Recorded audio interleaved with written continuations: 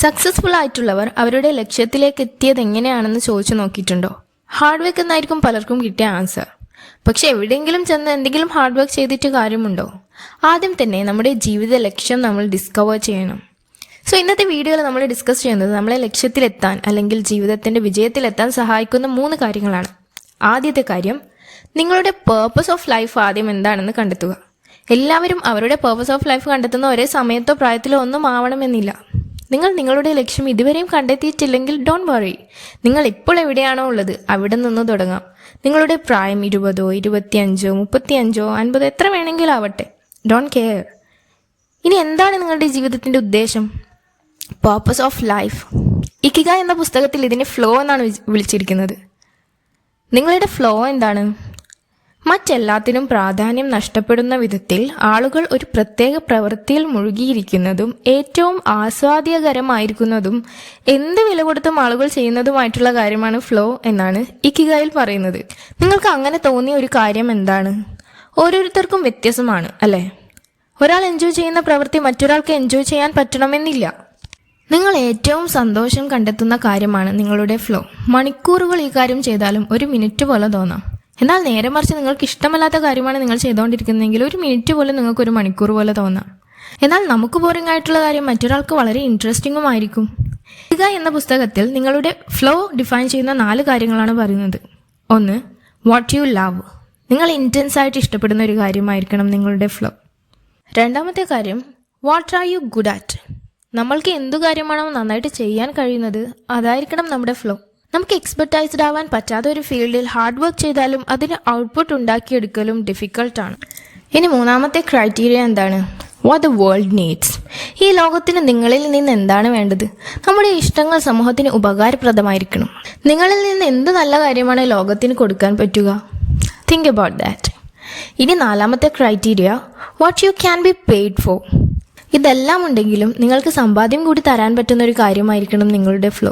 So നിങ്ങളുടെ flow നിങ്ങൾക്ക് സമ്പാദ്യവും കൊണ്ടുതരുന്ന ഒന്നായിരിക്കണം. അപ്പോഴാണ് അത് നിങ്ങളുടെ ജീവിത മാർഗവും കൂടി ആവുന്നത്. ഈ 4 കാര്യങ്ങളും ഒന്നിച്ചു ചേരുന്നതാണ് നിങ്ങളുടെ ജീവിതത്തിൻ്റെ ഉദ്ദേശം എന്നത്.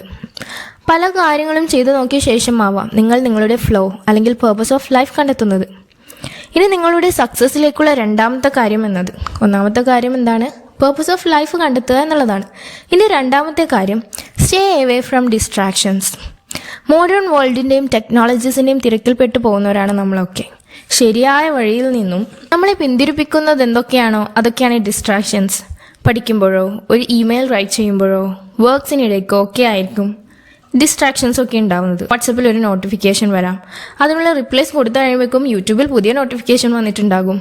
സോ സമയം അതിൻ്റെ വഴിക്ക് പോയിട്ടും ഉണ്ടാകും. വേറെയും പല ഡിസ്ട്രാക്ഷൻസ് ഉണ്ടാകും. ചില ആളുകളായിരിക്കാം നിങ്ങളെ ഡിസ്ട്രാക്ട് ചെയ്യുന്നത്. കുറച്ച് നേരത്തേക്ക് മാത്രം നിലനിൽക്കുന്ന സന്തോഷങ്ങളെ അവോയ്ഡ് ചെയ്യുക. പ്രൊഡക്റ്റീവായിട്ടുള്ള ജീവിതത്തിൻ്റെ ലോങ് റണ്ണിൽ നിങ്ങളെ ഹെൽപ്പ് ചെയ്യുന്നതുമായിട്ടുള്ള കാര്യങ്ങളിലേക്ക് ഫോക്കസ് ചെയ്യുക. അതുപോലെ മൾട്ടി ടാസ്കിങ് മാക്സിമം ഒഴിവാക്കാൻ ശ്രമിക്കുക. മൾട്ടി ടാസ്കിങ്ങും നമുക്ക് ഇൻസ്റ്റൻറ്റ് പ്ലഷർ തരികയും എന്നാൽ ഒരു കാര്യത്തിലേക്ക് ഫോക്കസ് ചെയ്യാനുള്ള നമ്മുടെ എബിലിറ്റിയെ കുറയ്ക്കുകയും ചെയ്യുന്ന ഒരു കാര്യമാണ്.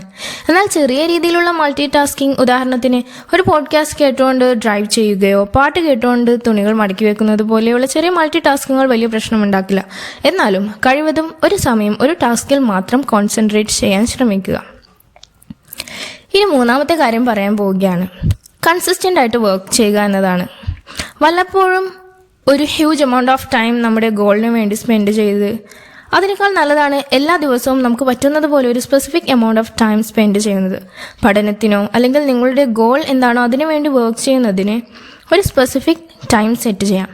എന്ന് വെച്ചാൽ നമുക്ക് പറ്റാവുന്നതിലും കൂടുതൽ ടൈം ആണ് നമ്മൾ സെറ്റ് ചെയ്യുന്നതെങ്കിൽ അത് നമ്മളെ എക്സോസ്റ്റഡ് ആക്കാനും പിന്നീട് നമ്മുടെ ഗോളിൽ നിന്ന് നമ്മളെ പിന്തിരിപ്പിക്കാനും ഒട്ടും വർക്ക് ചെയ്യാത്ത നിലയിൽ എത്തിക്കാനും ഒക്കെ കാരണമാകും. സോ റിയലിസ്റ്റിക് ആയിട്ട് നമുക്ക് കണ്ടെത്താൻ പറ്റുന്ന ടൈം സെറ്റ് ചെയ്യുക. കൺസിസ്റ്റൻ്റ് ആയിട്ട് വർക്ക് ചെയ്യുക. ജേർണലിംഗ് നിങ്ങളെ ഇതിനായിട്ട് വളരെയധികം ഹെൽപ്പ് ചെയ്യും. നമ്മളെ ഗോളിലെത്താൻ വേണ്ടിയിട്ട് നമ്മൾ ചെയ്യേണ്ട കാര്യങ്ങൾ, പ്ലാൻസ്, എത്രത്തോളം വർക്ക് ചെയ്തു, സെൽഫ് അപ്രിസിയേഷൻ, ഇങ്ങനെ പല കാര്യങ്ങൾ നമുക്ക് ജേർണൽ ചെയ്യാം. നിങ്ങളെ കൺസിസ്റ്റൻ്റ് ആക്കാനും കാര്യങ്ങളെക്കുറിച്ച് ക്ലിയർ ഐഡിയ കിട്ടാനും ഇത് ഒരുപാട് ഹെൽപ്പ് ചെയ്യും. ഇനി ഏറ്റവും ഇമ്പോർട്ടൻ്റ് ആയിട്ടുള്ള കാര്യം എന്നത് നമ്മുടെ ജേർണി നമ്മൾ എൻജോയ് ചെയ്യുക എന്നുള്ളതാണ്. യാത്ര ചെയ്തുകൊണ്ടിരിക്കുമ്പോൾ അതിൻ്റെ ചെറിയ സന്തോഷങ്ങളും കാഴ്ചകളും എൻജോയ് ചെയ്യാൻ പറ്റിയില്ലെങ്കിൽ ആ യാത്ര നമ്മൾ പകുതി വഴിയിൽ നിർത്താൻ സാധ്യതയുണ്ട് അല്ലേ? സോ ഏറ്റവും പ്രധാനമായി നിങ്ങളുടെ ജേർണി ആസ്വദിക്കുക എന്നുള്ളതാണ്. That will motivate you in A great way. So ഈ 3 കാര്യങ്ങൾ നിങ്ങൾ ശ്രദ്ധിക്കുക. Okay, personality development, life transformation, mental health, ഇതൊക്കെ നിങ്ങളുടെ പ്രയോറിറ്റി ആണെങ്കിൽ തീർച്ചയായിട്ടും നിങ്ങൾക്ക് ഈ ചാനൽ സബ്സ്ക്രൈബ് ചെയ്യാവുന്നതാണ്. Thank you so much for listening. Will be back with another video. Thank you.